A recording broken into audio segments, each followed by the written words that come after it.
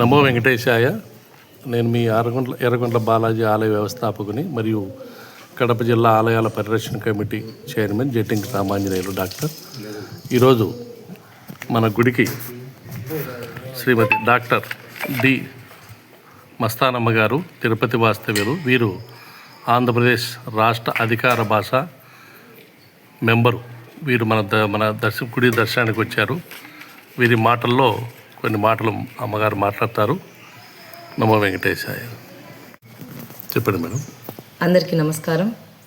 ఎర్రగుంట్ల పద్మావతిపురంలో వెలిసినటువంటి శ్రీదేవి భూదేవి సమేత శ్రీ వెంకటేశ్వర స్వామి దర్శనానికి ఈరోజు రావటం జరిగింది.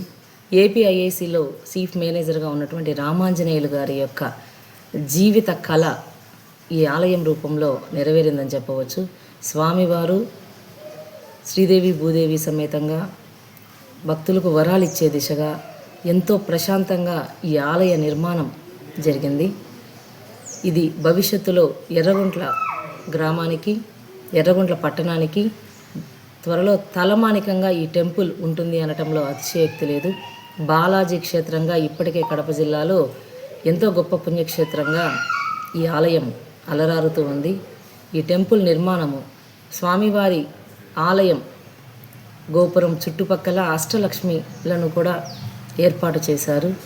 ఒక కళ్యాణ మండపాన్ని కూడా ఈ ఆలయ సమీపంలో నిర్మించడం అన్నది చాలా గొప్ప విషయం.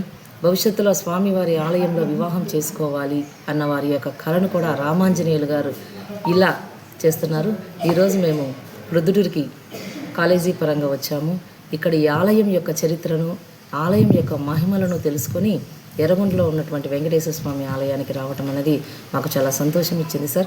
ఆలయంలోకి ప్రవేశించగానే ఒక రకమైనటువంటి వైబ్రేషన్స్, ఒక ప్రశాంతత, స్వామి ఏదో మాట్లాడుతూ ఉన్నట్టుగా ఒక అనుభూతిని మేము ఈరోజు పొందాము సార్. ఈ ఆలయము రావటము, స్వామిని చూడటము అన్నది భగవంతుడు ఈరోజు మాకు కల్పించిన అవకాశంగా భావిస్తున్నాము. రామాంజనేయులు గారు ఎంతో శ్రద్ధతో, భక్తితో ఎంతో డబ్బులను వెచ్చించి ఆయన శక్తికి మించి ఈ ఆలయాన్ని నిర్మాణం చేస్తూ ఉన్నారు. నిజంగా వారికి చాలా ధన్యవాదాలు తెలియజేస్తూ ఉన్నాము. బాలాజీ క్షేత్రంగా అలరారుతూ ఉన్నటువంటి ఈ ఎర్రగుంట్ల పుణ్యక్షేత్రంలో వెంకటేశ్వర స్వామి ఆలయాన్ని అందరము కూడా మనస్ఫూర్తిగా సందర్శిద్దాం.